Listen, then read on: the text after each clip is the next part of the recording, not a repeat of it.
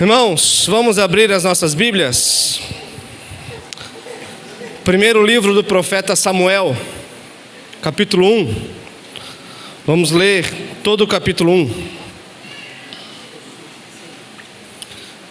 Primeiro livro do profeta Samuel, capítulo 1.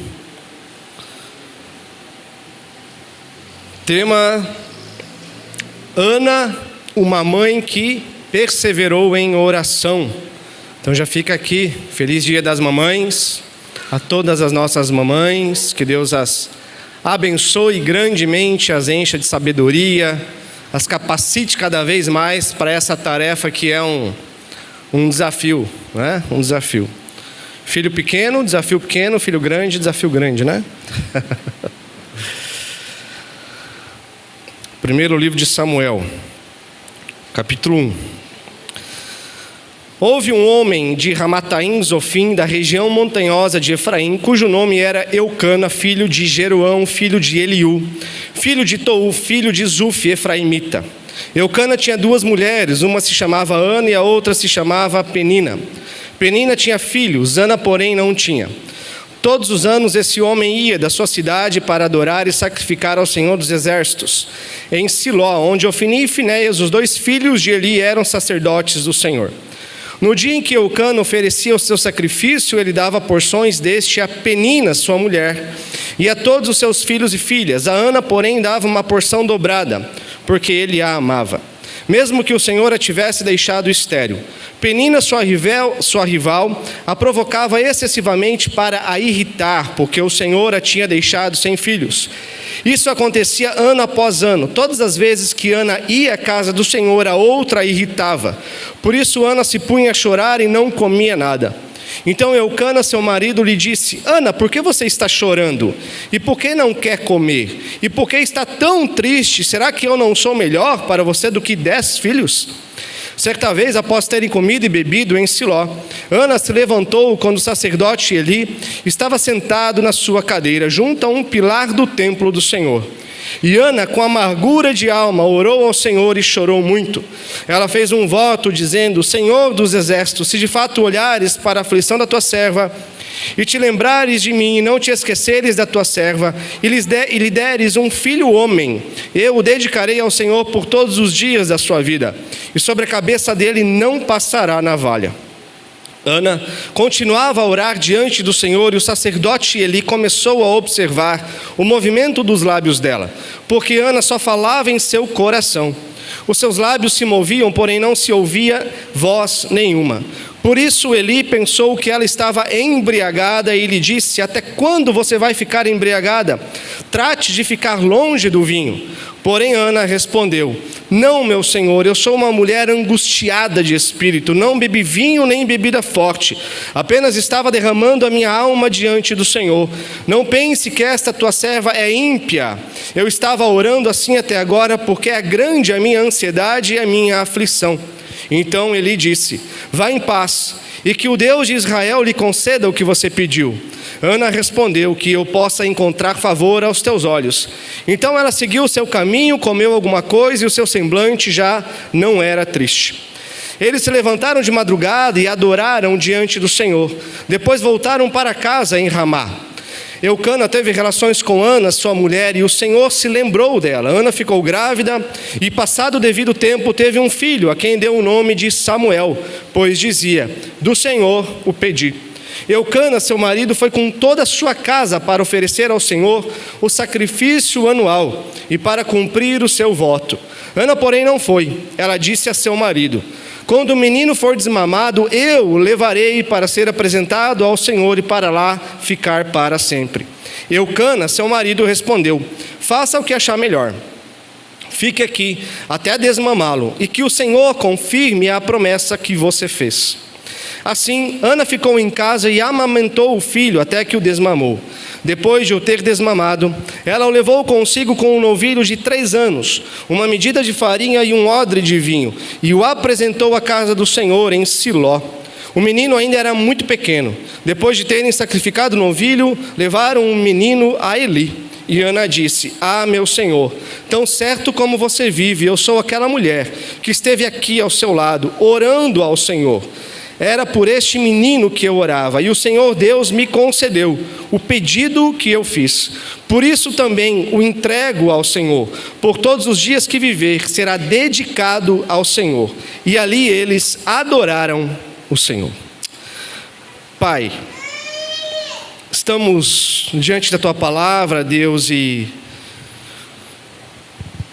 no nosso calendário, por Sua graça, aprove dedicar esse dia, Pai, de uma forma especial, para que o mundo olhe para as mães de uma forma mais carinhosa, mais atenciosa do que geralmente olha, Pai. Talvez saindo daquele frenesi automático.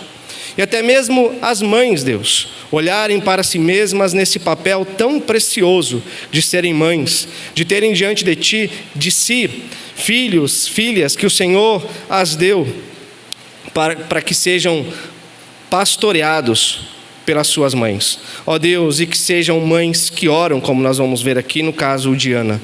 Ó Deus, mas que seja um desafio não somente para as mães, mas para os pais, para nós como igreja, olharmos para as nossas crianças e sempre nos lembrar de dedicá-las, consagrá-las ao Senhor em todo o tempo.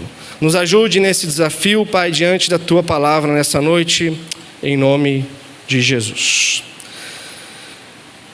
Meus irmãos, minhas irmãs, talvez hoje de forma mais especial, né?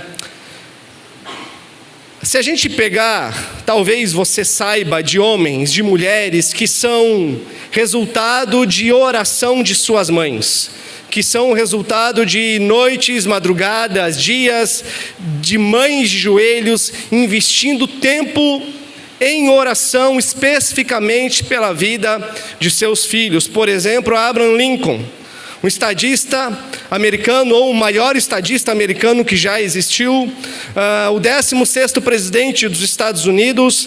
Ele tem umas frases interessantes que ele diz assim: tudo que eu tenho, quando ele estava vivo, é lógico, né?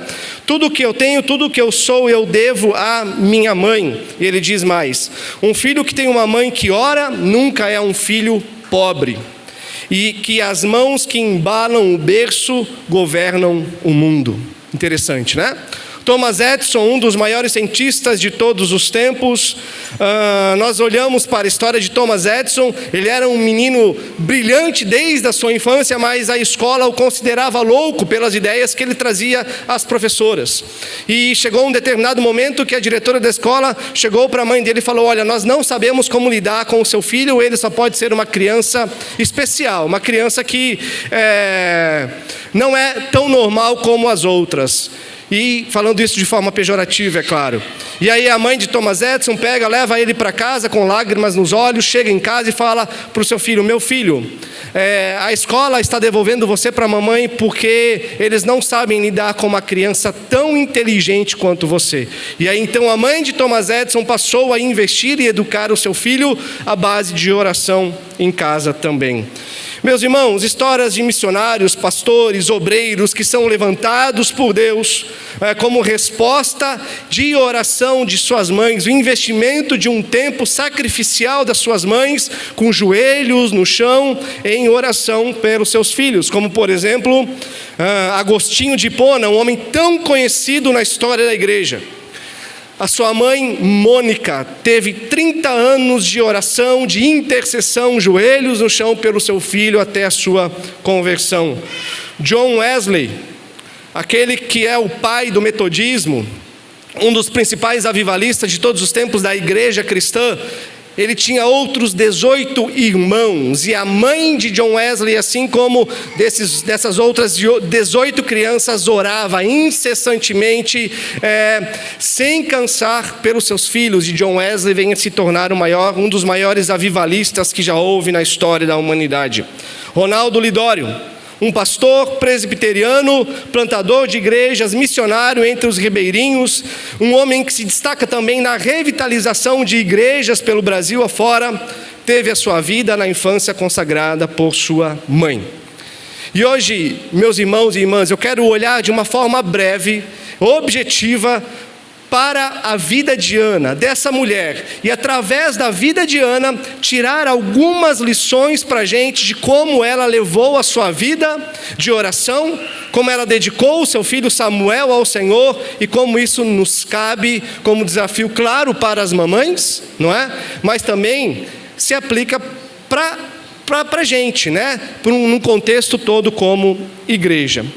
Então, uma primeira marca que nós podemos ver aqui na vida de Ana é que Ana orou incessantemente, incansavelmente. Essa mulher perseverou em oração, mesmo em uma época espiritualmente hostil à oração. Vamos nos lembrar, qual é a época do livro de 1 Samuel, que começa aqui a história de Ana? É a época dos juízes. E a gente sabe que o tempo dos juízes foi um tempo muito difícil. Foi um tempo onde o povo a todo momento se desviava dos caminhos do Senhor. Era um povo, por assim dizer, apóstata. Na primeira oportunidade que tinha, era um povo que saía rápido da verdade de Deus e ia seguir a outros ídolos. Era uma comunidade que vivia com famílias fragmentadas, com valores, uma ética, uma moral totalmente distorcida com relação à palavra de Deus. A frase mais conhecida do livro de Juízes é que cada um fazia aquilo que considerava correto aos seus próprios olhos. Nessa época é que Ana vivia. E nessa época tinha um sacerdote, como nós vimos aqui no texto. Um sacerdote pelo nome de Eli. Um homem já bem velho, um homem já cansado, um homem já espiritualmente frio, que já não ouvia a voz do Senhor talvez há mais de 30 ou 40 anos. Era um homem bonachão, podemos dizer assim. Era um homem que compactuava com os pecados dos seus filhos Ofni e Finéias, que também eram sacerdotes. Nós olhamos para essa época, que não só o povo se desviava, mas o sacerdote do povo também era frio espiritualmente. Então, uma época apóstata, esfriamento espiritual, onde toda a sociedade se rendeu ao pecado. Mas nós olhamos para a vida de uma mulher que se destaca em meio a tudo isso, a vida de Ana. A Ana é uma mulher que, mesmo em um contexto espiritual hostil à sua fé, inimigo à sua fé, uma mulher que não disse que não adiantava orar, porque o clima à sua volta estava ruim, mas uma mulher que, mesmo nesse clima hostil, dobrou os seus joelhos e incansavelmente perseverou em oração diante do Senhor. Segundo, Ana orou a Deus em uma época culturalmente hostil. Antes foi espiritualmente hostil, agora em uma época culturalmente hostil. Olha o verso 2, fala assim: Eucana, marido de Ana, tinha duas mulheres, Ana e Penina. Penina tinha filhos e Ana, porém, não. Ou seja, o que nós encontramos aqui? Um homem com duas mulheres. Não é o casamento monogâmico que nós praticamos aqui, que nós consideramos como o casamento bíblico, aquele que Deus iniciou com Adão e Eva. Mas o que nós encontramos aqui é um casamento dentro de um contexto de poligamia, que era o costume na sociedade, inclusive entre o povo de Deus. E dentro disso, as mulheres eram oprimidas, as mulheres eram desvalorizadas, o casamento estava em total declínio, as famílias totalmente fragmentadas, mesmo sendo a mulher mais amada, como nós encontramos aqui, como Ana era, ela ganhava a porção dobrada de carne, né? Aquilo que mostrava o amor de Eucana por Ana, né? Acima do amor de Penina, né? Já que ela não podia ter filhos, então Eucana dava uma porção dobrada a mais de carne para ela, né? Olha só, que interessante, né? Ou, no mínimo, cômico, né? Mas ela vivia em um contexto de opressão. Ela tinha muitos motivos para dizer: eu não vou orar. Eu sou oprimida, o meu marido tem outra mulher, essa outra mulher tem filhos, eu não tenho filhos, essa outra mulher, ela é sadia, eu sou estéril, eu sou doente, essa outra mulher tem mais privilégios do que eu, por que eu vou orar? O que vai mudar na minha situação, aparentemente? Nada. Então ela poderia estar amargurada, ressentida com Deus, mas o que Ana faz? Ela ora. É uma mulher que mesmo em um ambiente espiritualmente hostil, em um ambiente contextualmente hostil a ela, pela opressão como mulher que ela vivia, por aquilo que ela vivia no seu ambiente, dentro da sua casa, mas ela diz, não, eu vou orar. É uma mulher que persevera em oração. Terceiro, Ana orou a Deus, mesmo sofrendo humilhação da sua rival. Versos 6 e 7, olha lá. Penina, sua rival, a provocava excessivamente para irritar, porque o Senhor a tinha deixado sem filhos. Isso acontecia ano após ano. Todas as vezes que Ana ia à casa do Senhor, a outra a irritava. Por isso Ana se punha a chorar e não comia mais nada. Já pensou, mulheres? Você, uma mulher, e morar debaixo de um teto onde tem outra mulher, mas não é apenas uma outra mulher, mas ela também é mulher do seu marido. E não bastando ser mulher do seu marido, ela ainda faz de tudo para te provocar, faz de tudo para te irritar. E então, para provocar em você desespero e angústia, como nós vemos aqui na vida de Ana. A gente não sabe aquilo que Penina falava para Ana, até porque as escrituras não dizem para a gente. Mas será que Penina era uma mulher temente a Deus? Não, né? Com certeza Penina não era uma mulher temente a Deus. Por quê? Porque alguém que é temente a Deus, que ama a Deus e os seus caminhos, ela no mínimo vai se dirigir a outra pessoa tentando levar refrigério ao seu coração. Não é? Tentando levar paz ao seu coração, mesmo sendo uma circunstância totalmente adversa, como era o caso de esterilidade de Ana. Mas não é isso que Penina faz.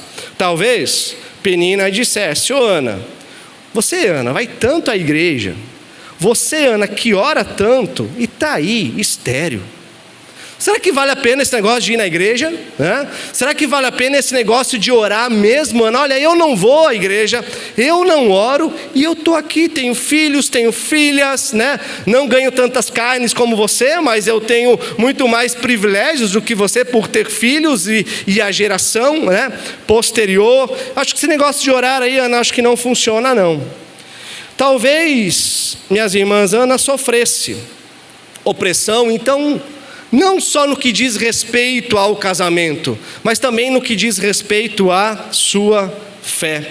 Então a Ana era uma mulher que estava dentro dessa circunstância de ser oprimida, de ser zombada, de ser escarnecida, de viver nessa cultura, nesse contexto onde a mulher, ela era diminuída.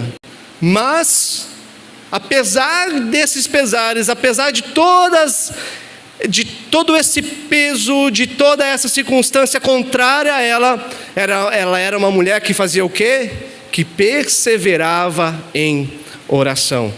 Quarto, Ana orou a Deus mesmo sendo desencorajada pelo marido. Olha o verso 5. A Ana, porém, dava uma porção dobrada, porque ele a amava, mesmo que o Senhor a tivesse deixado estéril. Então, a gente vê por essa porção dobrada de carne que Eucana amava a Ana, mas ela era estéril. A carne resolvia o problema? Não, O problema ainda continuava, que era a esterilidade, uma realidade muito pesada, inclusive, ou muito mais, nesse contexto, ou nessa época que Ana vivia. Porque nesse contexto, uma mulher que não gerava, que não dava filhos ao seu marido, e principalmente filhos homens, era visto como uma mulher amaldiçoada por Deus. Era visto como uma mulher que estava debaixo das mãos, e Deus estava castigando essa mulher, como se Deus desprezasse ela, como se ela não pudesse ter uma vida feliz. E por onde essa mulher ia, ela carregava esse estigma com ela, esse rótulo com ela. Então, embora Eucana a amasse, mas a área da sua vida, que é a esterilidade que trazia, estava incompleta. Existia um vácuo na vida dessa mulher que o seu marido, por mais que ele se esforçasse, até com carne, ele não conseguiria preencher. E o texto diz ainda aqui para a gente que foi Deus que deixou ela estéril. E o verso 8, olha lá. O verso 8 diz assim: então Eucana, seu marido, lhe disse: Ana, por que você está chorando? Por que você não quer comer? Por que está tão triste? Será que eu, Ana, seu maridão aqui, né, o homem da casa, será que eu não sou melhor para você do que 10 filhos? Então a gente vê que o marido amava, mas o marido não contribuía para a realização do sonho de Ana. Em que sentido? No sentido de orar com Ana, de orar com ela, de chorar com ela, de estar do lado dela no momento em que ela mais precisava. Eucana, ele poderia chegar para sua esposa, ao invés de oferecer carne, né, e dizer: Ana, eu vejo o seu choro, Ana, eu vejo a sua tristeza, Ana, eu vejo a sua agonia, eu vejo o seu desânimo, Ana, vem aqui, vamos começar a orar, deixa eu orar por você, vamos nos colocar de joelhos, vamos orar, né, para que o Senhor traga alegria ao seu coração, né, para que ele fosse solidário com Ana naquilo que ela estava vivendo. Mas ele não faz isso, pelo contrário, ele diz: eu não sou melhor do que 10 filhos. Então, ela já tem dificuldade de orar na sua casa, porque tem Penina, que é a sua rival, que zomba dela, que faz chacota, e agora, ela também tem essa dificuldade porque o marido a desencoraja. Talvez, eu não sei, mas essa conversa meio abrasileirada, pode ser que foi meio assim: Ana, vem cá, mulher, te vejo aí desanimada pelo canto. Para, Ana, né?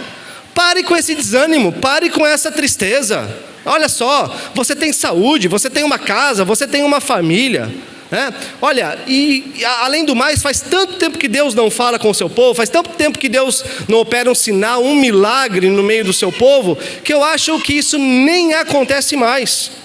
Então para com isso, porque você tem aí um maridão que é melhor do que tudo que você sonhou na vida, né? Talvez se a gente pudesse traduzir naquela música que diz: pense em mim, chore por mim, liga para mim, não liga para ele, né? Seria mais ou menos isso que Eucana estava dizendo para Ana. Então Ana não tem ninguém ao lado dela que encoraje para ela orar. Mas o que Ana faz? Ela continua orando. Ela não vê justificativa no seu contexto, ela não vê justificativa na sua rival, ela não vê justificativa no seu marido, ela não vê justificativa no seu lar, tudo com circunstâncias adversas para causar desânimo no coração dela. E não que ela não tivesse desanimada, como o texto mesmo diz, mas é uma mulher que perseverou em oração diante de Deus. Quinto, Ana orou ao Senhor, mesmo sendo acusada injustamente dentro da casa de Deus, dentro do templo. Olha os versos 12 a 14. Ana continuava a orar diante do Senhor, e o sacerdote Eli começou a observar o movimento dos lábios dela, porque Ana só falava em seu coração. Os seus lábios se moviam, porém não se ouvia voz nenhuma. Por isso Eli pensou que ela estava embriagada, e ele disse: até quando você vai ficar embriagada? Trate de ficar longe do vinho. Então olha só, em casa ela não orava porque a rival a provocava. Se ela ia para o quarto orar, ela tinha lá o maridão dizendo que ele era melhor do que todas as coisas que ela podia possuir, né? Agora, se ela vai para a igreja, o pastor está olhando para ela e está falando: que estranho essa mulher orar desse jeito, né? Que estranho, está aí balbuciando desse jeito, só mexe os lábios, só pode estar bêbada, né? Acho que tomou muito vinho em casa, está angustiada e agora veio para a igreja para orar. E o interessante é que ele não apenas julgou Ana no seu coração, mas ele falou para ela: Ana, seguinte, minha irmã, para de beber porque está ficando feio para você. Né? Todo ano você vem aqui, você bebe, você vem, você ora desse jeito e a fama não está boa não, né? Acho que se fosse na IELP, essa irmãzinha tinha saído da igreja, né? E tinha falado: não vai naquela igreja porque o pastor não presta, né? Brincadeira. Mas olha o que o verso 10 diz para a gente. Como era a forma que Ana orava? O que diz ali? Com amargura de alma, orou ao Senhor e chorou muito. Com amargura de alma, essa mulher orou ao Senhor e chorou muito. Existem mulheres assim aqui hoje? Eu creio que sim. Eu creio que existem essas mulheres aqui, eu creio que tem essas mães aqui hoje. Talvez essas esposas aqui hoje, que às vezes com amargura de alma se colocam diante do Senhor e oram incansavelmente e choram diante do Senhor. Verso 12, o que diz a forma que Ana orava? Continuava a orar diante do Senhor. Continuava, de uma forma incansável. Quantas mulheres talvez aqui essa noite, quantas mulheres pelas outras igrejas oram incansavelmente dia a dia diante do Senhor. O verso 15, o que diz o verso 15? A forma como Ana orava. Ela orava derramando a sua alma diante do Senhor. E o verso 16? Verso 16 diz que ela orava com grande ansiedade e aflição. Quantas esposas, quantas mães, quantas mulheres essa noite aqui não oram dessa forma? Quantas mulheres espalhadas pelas igrejas do nosso Brasil, meus irmãos, minhas irmãs, não oram dessa forma? Mas apesar de tudo isso, Ana perseverou diante de Deus em oração. Apesar de ser acusada pelo pastor, pelo sacerdote, pelo marido, por um contexto terrível, pela sua rival que a zombava, apesar de todas essas coisas, apesar da sua esterilidade, ela perseverava diante do Senhor em oração. Sexto, Ana creu na palavra do Senhor, mesmo antes da mudança das circunstâncias. Versos 17 e 18. Então Eli disse: vá em paz. Que bom que Eli mudou agora, né? Vá em paz, e que o Deus de Israel lhe conceda o que você pediu. Ana respondeu: que eu possa encontrar favor aos seus olhos. Então ela seguiu o seu caminho, comeu alguma coisa e o seu semblante já não era triste. É uma passagem bonita essa. E talvez eu conheço pessoas assim, talvez vocês conhecem pessoas assim que um dia na sua vida, anos atrás, ouviram a acusação de alguém, ouviram um julgamento de alguém, alguém o censurou, o criticou, e quando você era inocente diante de uma circunstância, talvez um dia você foi machucado por palavras que adoeceram a sua alma. Antes nós vimos que ele foi tolo naquilo que ele disse para Ana, dizendo que ela estava bêbada, que não era para ela orar daquele jeito. Mas algo muito importante para a gente, meus irmãos, é ao ver a atitude de Ana, que mesmo ao ouvir aquelas palavras pejorativas de Eli para ela, aquele julgamento negativo de Eli para ela, Ana não guarda aquelas palavras no seu coração. Ana não abriga aquelas palavras que não condiziam com a realidade daquilo que ela estava vivendo no seu coração. Mas agora a gente vê que esse homem abre a sua boca agora para ser um verdadeiro profeta de Deus, quando ele diz para ela: vai-te em paz, e que o Deus de Israel lhe conceda o que você pediu. Agora sim, esse homem está sendo um homem de Deus, um sacerdote que trouxe uma palavra de Deus para essa mulher. E essa mulher, diante do que ele disse, ela creu. Então, isso nos mostra, Ana mostra para a gente que fé não é ver para crer, mas fé é crer para ver. Fé, meus irmãos e minhas irmãs, é quando você escuta a palavra de Deus e você diz: é isso mesmo, vai funcionar. Mas não vai funcionar simplesmente porque eu recebo, vai funcionar porque eu sei que é Deus que está dizendo, porque é Deus que prometeu na sua palavra, não simplesmente porque alguém está dizendo, mas porque Deus prometeu na sua palavra, e eu sei que Ele é fiel para cumprir isso na minha vida, e Deus me cuida como Ele está cuidando da minha causa. Essa fé que Ana deposita, na verdade, que o sacerdote Eli disse para ela. Então Ana, ela sai curada emocionalmente, espiritualmente. O texto diz que o seu semblante mudou. Uma agonia de anos, um sofrimento, uma dor de anos. De repente, em um momento pequenininho, se comparando com tudo isso que essa mulher vinha vivendo, em um momento pequeno, o semblante de Ana muda, os seus olhos voltam a brilhar, a alegria volta, a confiança volta, a serenidade de Ana volta, porque ela sabia: Deus está cuidando de mim, Deus está cuidando da minha causa. Então diz o texto, nos versos seguintes, que ela vai a Ramá, e lá em Ramá, na sua casa, ela tem relações com seu marido e engravida. Então lá em Siló, na casa do Senhor, Deus curou a sua alma. E lá em Ramá, Deus curou o seu ventre. Lá em Siló, ela creu. E lá em Ramá, o milagre aconteceu. Lá em Ramá, Ana concebeu. Sétimo, Ana consagrou o filho para Deus, mesmo antes dele ser concebido. Olha os versos 10 e 11. E Ana, com amargura de alma, orou ao Senhor e chorou muito.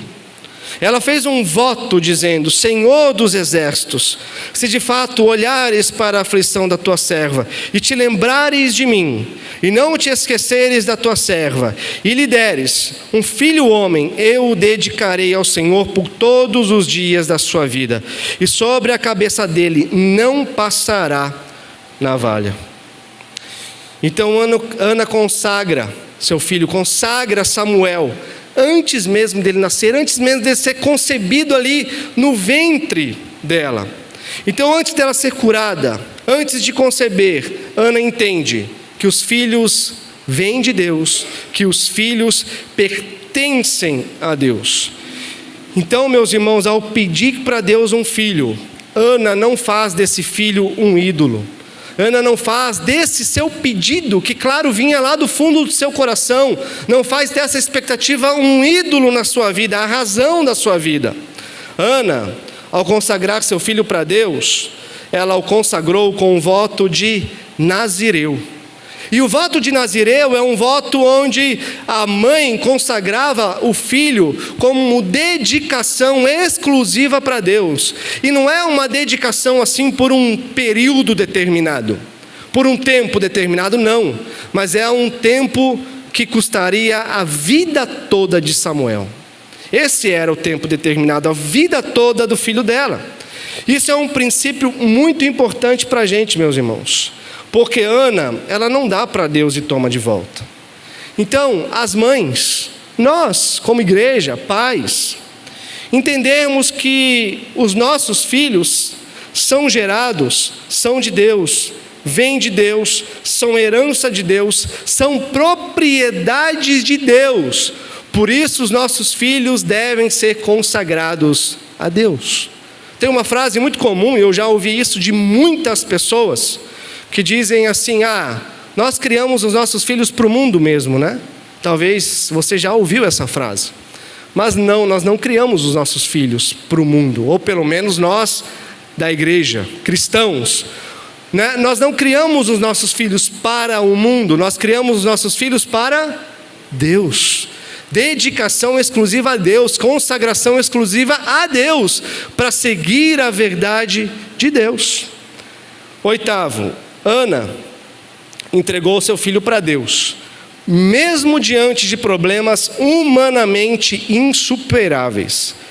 Verso 26 ao 28, diz assim: E Ana disse: meu Senhor, tão certo como você vive, eu sou aquela mulher que esteve aqui ao seu lado, orando ao Senhor. E por este menino que eu orava, o Senhor Deus me concedeu o pedido que eu fiz. Por isso também o entrego ao Senhor, por todos os dias que viver. Será dedicado ao Senhor. E ali eles adoraram o Senhor. Então Ana pede para Deus um filho e diz: Senhor, se você me der esse filho, eu o consagrarei durante todos os dias da sua vida. né? Como a gente já viu, ele vai ser um nazireu. Diante desse pedido, a gente vê no texto que ela dá à luz, ela concebe, nasce Samuel, que tem esse significado, como diz ali o verso 20, do Senhor o pedi. Então, ela olha e ela diz para o seu marido, quando ele está indo para Siló, no ano seguinte, ofertar ao Senhor, e ela diz: não, quando esse menino desmamar, eu o levarei. Provavelmente ali com de 3 a 5 anos de idade. 3 a 5 anos de idade, ela levando ele, né, o pequeno Samuel para Eli. E olha, no verso 21 ao 22, né, que diz isso. Então, depois que ele for desmamado, ele ficará no templo do Senhor para sempre. Para sempre. Mas pense bem, sacerdote Eli, um homem cansado, como vai dizer o texto, pesado de gordo que ele estava. Até a morte de Eli é uma morte trágica e cômica ao mesmo tempo, porque diz que ele cai da cadeira, quebra o pescoço e morre. De tão pesado que esse homem estava, por compactuar inteiramente com os pecados dos seus filhos, que pegavam a melhor parte da oferta para que eles pudessem comer, né? Então, Eli, esse homem velho, pesado, fazia parte dos pecados dos filhos, um sacerdote que não ouvia a Deus há muito tempo. E aí Ana, diante de tudo isso, ela poderia pensar, talvez você pensaria, eu pensaria: eu vou entregar o meu filho nas mãos desse Senhor, nas mãos desse velho, nas mãos desse sacerdote, um homem que está desse jeito. Como é que ele vai cuidar do meu filho? Não cuidou nem dos seus próprios filhos. Um homem que não tem uma espiritualidade saudável, um homem que não ouve a voz do Senhor já há muito tempo, um homem que tem uns filhos que são conhecidos, como no capítulo 2, verso 12 vai dizer, filhos de Belial. Eu vou entregar meu filho para viver naquela casa. Senhor, eu fiz um voto, está certo, mas o Senhor está vendo a realidade, né? Mas o Senhor está vendo a realidade, né? Eu acho que diante disso, Senhor, eu não preciso cumprir o meu voto.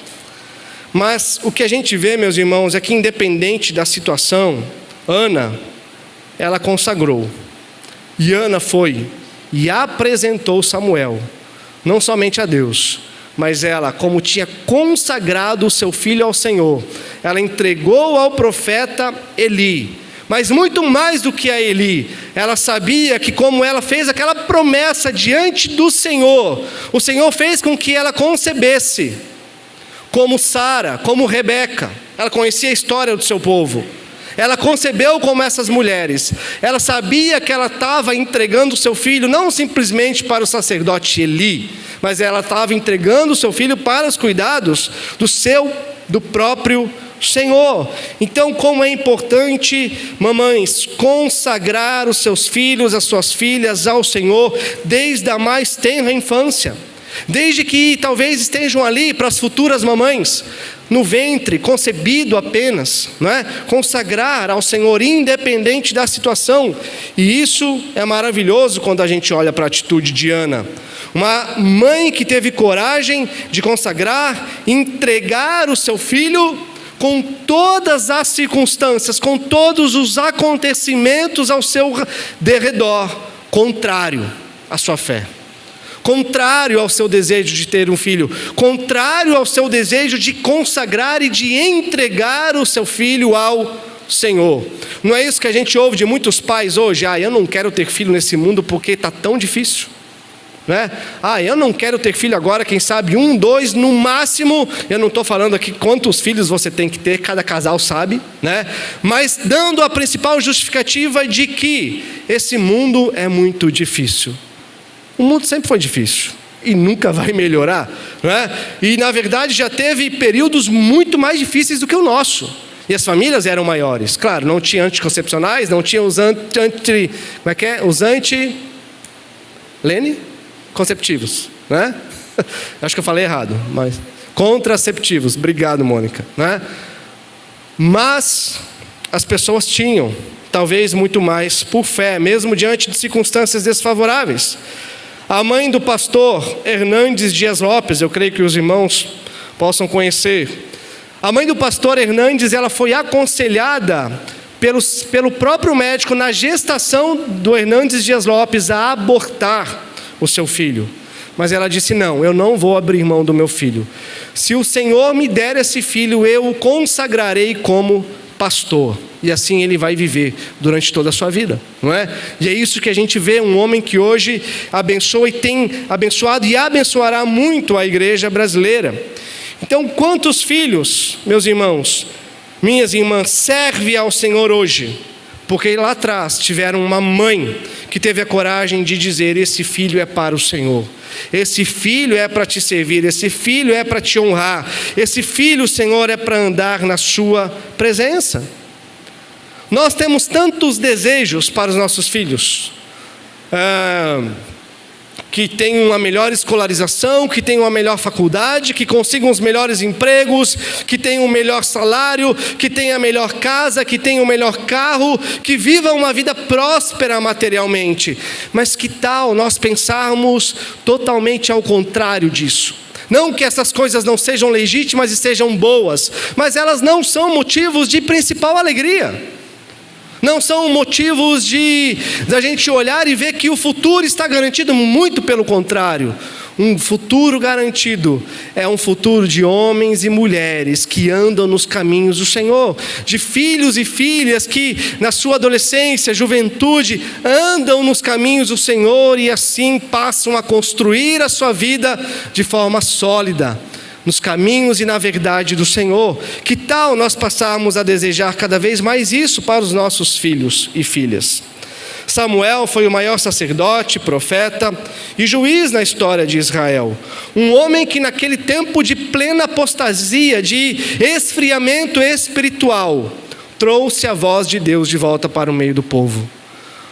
Lembram-se? Samuel devia ter ali os seus entre 5 a 10 anos. Dormindo, ele ouve a voz do Senhor, não é? E aí ele procura Eli e ele fala: olha, só pode ser o Senhor, ele está falando com você. 9, Ana se alegra em Deus e não em Samuel. Capítulo 2, verso 1. Então Ana orou assim: o meu coração exulta no Senhor, a minha força está exaltada no Senhor, a minha boca se ri dos meus inimigos, porque me alegro na sua salvação. Ana, uma mulher que ansiou em ser mãe, mas a sua alegria não estava na maternidade, a sua alegria maior estava em Deus. Em Deus. Sendo mãe ou não, onde deve estar a nossa alegria?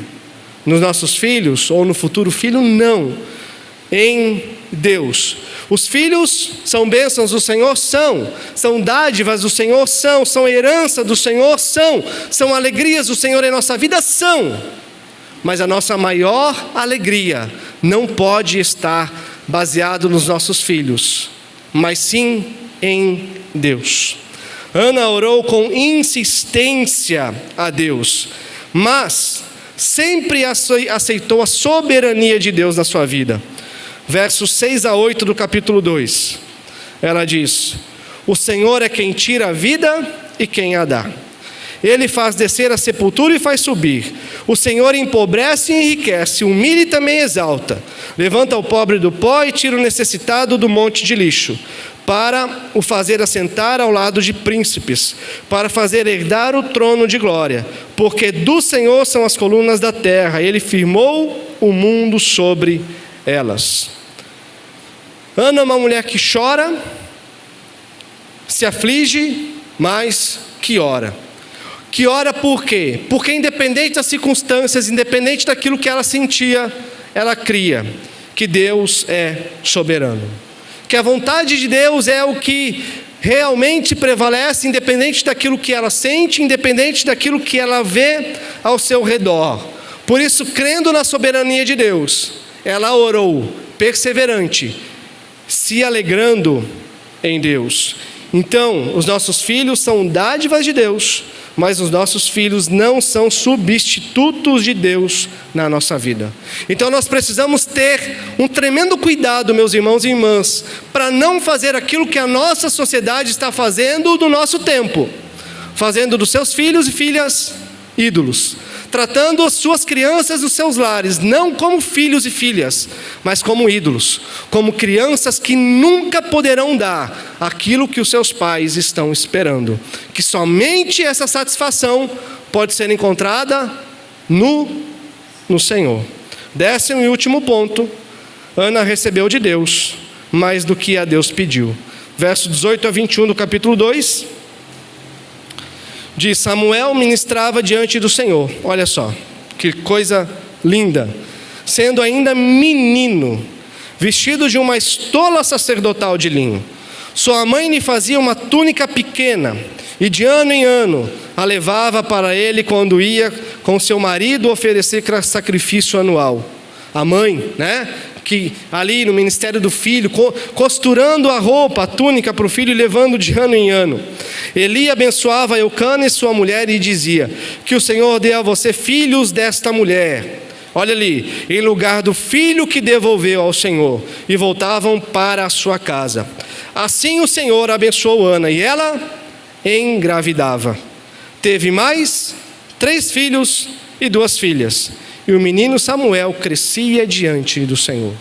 Ana pediu um filho, e ela teve mais filhos e mais filhas. Coisa linda.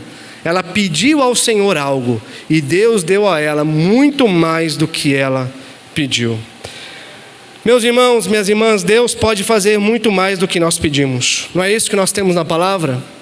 Deus, o Senhor é poderoso para fazer muito mais do que nós imaginamos ou pensamos ou pedimos a Ele. Deus pode dar mais do que a gente quer. Deus pode fazer infinitamente mais do que você pensa que Ele pode. Tem uma música, não é, Alexandre? Infinitamente mais, não é? Que diz a soberania de Deus e que Ele pode fazer mais do que pensamos e desejamos.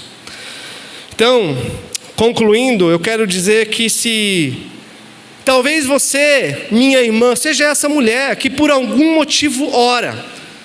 Talvez pelo marido, talvez pelos filhos, filhas, talvez por conhecidos, talvez pelos pais, talvez por parentes, talvez por algum amigo, alguma amiga, algum colega de trabalho. Talvez você seja essa que ora e que acha que Deus está demorando para atender o seu pedido. Não desanime, porque Ele é Deus, porque Ele está no controle, porque Ele tem o melhor em todas essas situações.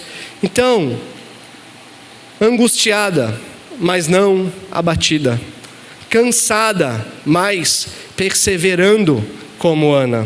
Se alegre em Deus, exalte a Deus, porque todas as circunstâncias à sua volta podem dizer ao contrário, mas nunca se esqueça de que a bondade plena você vai encontrar em Deus, de que o contentamento pleno e a sua exultação você vai encontrar somente em Deus, assim como Ana encontrava.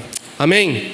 Que o Senhor abençoe a todas as mães, as nossas queridas mamães, nesse grande, imensurável e belo desafio de serem mães que oram pelos seus filhos, que consagram seus filhos, que choram pelos filhos, e também mães que choram por filhos adotivos, filhos de coração, não é? Que o Senhor as abençoe grandemente nesse desafio, e a nós como igreja também, de, assim como as mamães, também nos colocarmos de joelhos pelos nossos filhos, pelas nossas crianças. Amém? Vamos orar? Pode ser sentado mesmo, as crianças acho que já estão vindo, né? Você pode dar um aviso lá, Mateus, que aqui nós já estamos encerrando. Senhor, obrigado, Pai, por esse tempo onde a sua palavra falou, claro, de forma especial com as mamães que aqui estão hoje, e não só com elas, com todas as mulheres que aqui estão. Nós falamos, claro, de mães, mas tem avós, tem mulheres que um dia serão mães. Deus, que essa palavra realmente encontre morada no coração de todas elas, e que apesar do peso desse desafio, que a voz do Senhor fale mais alto do que todos os obstáculos que podem ser encontrados